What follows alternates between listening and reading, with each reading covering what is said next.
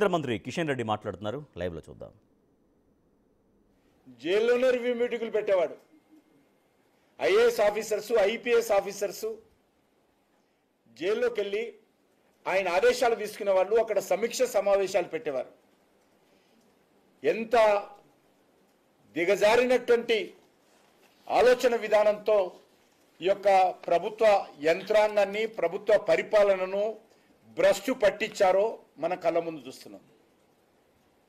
ఆయన జైల్లో ఉన్నారంటే ఆధారాలు లేకుండా, ఆయన జైల్లో ఉన్నారంటే ఏ రకమైనటువంటి డాక్యుమెంట్స్ లేకుండా ఏ న్యాయస్థానం కూడా ఆయనని జైల్లో పెట్టదు. ఏదో ప్రభుత్వం పెట్టదు జైల్లో. ప్రధానమంత్రి గారో, హోంమంత్రి గారో, ఢిల్లీ పోలీస్ కమిషనరో తీసుకెళ్లి ఆయన జైల్లో పెట్టలే. న్యాయస్థానం ముందు ఆయన ప్రవేశపెట్టినప్పుడు ఆధారాలతో కూడినటువంటి అనేక డాక్యుమెంట్స్ పొరపాటు జరిగిందని, ఢిల్లీ మద్యం కుంభకోణంలో అక్రమాలు జరిగాయని, 100 కోట్లు చేతులు మారాయని సవివరమైనటువంటి డాక్యుమెంట్స్తో న్యాయస్థానం ముందు పెట్టినప్పుడు న్యాయస్థానం ఆయనకు జైలుకి వెళ్ళాలని ఆదేశించడం జరిగింది. అయినా కూడా ఆయన రాజీనామా చేయలేదు. మరి ఈ రకమైనటువంటి వ్యవస్థ ఈరోజు మనం చూస్తూ ఉన్నాము. తమిళనాడులో కూడా ఒక మంత్రి సెంథిల్ బాలాజీ, ఆయన కూడా రాజీనామా చేయకుండా జైల్లోనే ఆ రకంగా కొనసాగాడు. మరి ఈరోజు డాక్టర్ బాబాసాహెబ్ అంబేద్కర్ రూపకల్పన చేసినటువంటి రాజ్యాంగము, రాజ్యాంగ స్ఫూర్తికి, నైతిక విలువలకు పెద్దపీట వేసింది. కానీ ఈరోజు కొంతమంది నాయకులు డాక్టర్ బాబాసాహెబ్ అంబేద్కర్ రాజ్యాంగ స్ఫూర్తికి, నైతిక విలువలకు వ్యతిరేకంగా వాటికి తిరోధకాలు ఇస్తూ రాజ్యాంగ ఉల్లంఘన చేస్తున్నటువంటి ఈ పరిస్థితుల్లో కేంద్ర ప్రభుత్వము ఒక నిర్మాణాత్మకమైనటువంటి నైతిక విలువల కోసం, నైతిక విలువలను కాపాడడం కోసం ఈ యొక్క రాజ్యాంగ సవరణ మరి పార్లమెంటు ముందు తీసుకురావడం జరుగుతూ ఉంది. ఇదేదో ఏకపక్షంగా మేము చేయడానికి సిద్ధంగా లేము. ఇది జాయింట్ పార్లమెంట్ కమిటీ ద్వారా దేశంలోని ప్రజలు, మేధావులు, విద్యావంతులు, రాజ్యాంగ నిపుణులు, న్యాయ నిపుణుల సలహాలు కూడా తీసుకుందాం అనుకున్నాం.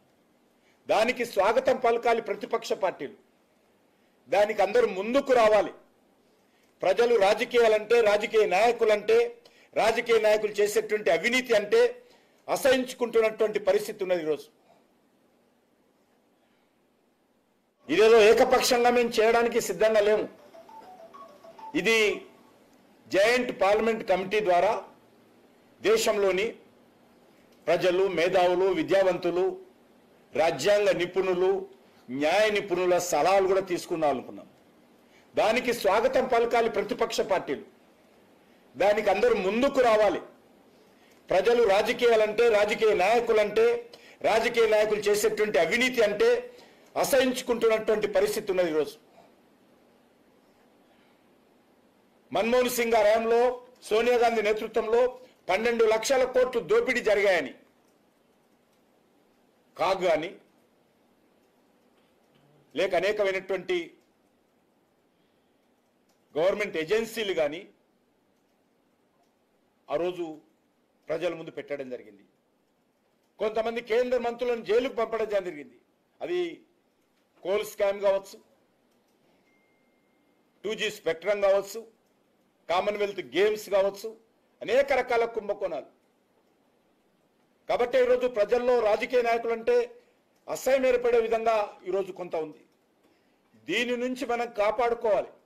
ఎవరు అవునన్నా కాదన్నా ప్రభుత్వాలను నడిపేది రాజకీయ నాయకులే, రాజకీయ పార్టీలే. ప్రజల నుంచి ఎన్నికై వాళ్ళే ఈరోజు రాజ్యసభలో, లోక్సభలో, అసెంబ్లీలో, కౌన్సిల్లో వస్తారు. వాళ్ళే చట్టాలు చేస్తారు. కాబట్టి వాళ్లకు నైతిక విలువలు అవసరం. వాళ్లకు అంబేద్కర్ రాజ్యాంగ స్ఫూర్తితో వివరించాల్సిన బాధ్యత రాజకీయ పార్టీల మీద, రాజకీయ నాయకుల మీద ఉన్నది. అందుకే ఈరోజు నరేంద్ర మోడీ గారి ప్రభుత్వము ఇదొక నిర్మాణాత్మకమైనటువంటి సవరణ తీసుకురావడం జరిగింది. ఇన్నేళ్ల పాటు దోచుకున్నటువంటి కొంతమంది రాజకీయ నాయకులకు ఈ రకమైనటువంటి చట్టము బాధ కలిగించవచ్చు. మనం అర్థం చేసుకోవాల్సిన అవసరం ఉంది. ఈరోజు మనం చూస్తా ఉన్నాం,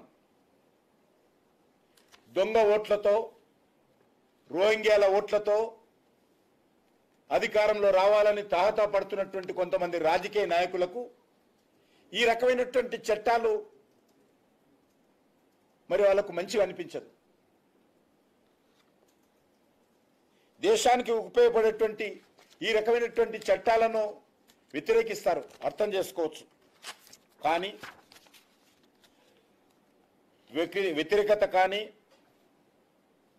సవరణలు కానీ ఇంకా అన్ని పార్టీలకు చెప్పేటువంటి అవకాశం ఉంది. ప్రజల ముందు పార్టీలు, పార్టీ నాయకులు, వాళ్ళ ప్రభుత్వ అధినేతలు ఏ రకంగా వ్యవహరించాలో ఈ చట్టము జేపీసీ ముందు ఒక అగ్ని పరీక్షగా ప్రజల ముందు ఉంటుంది.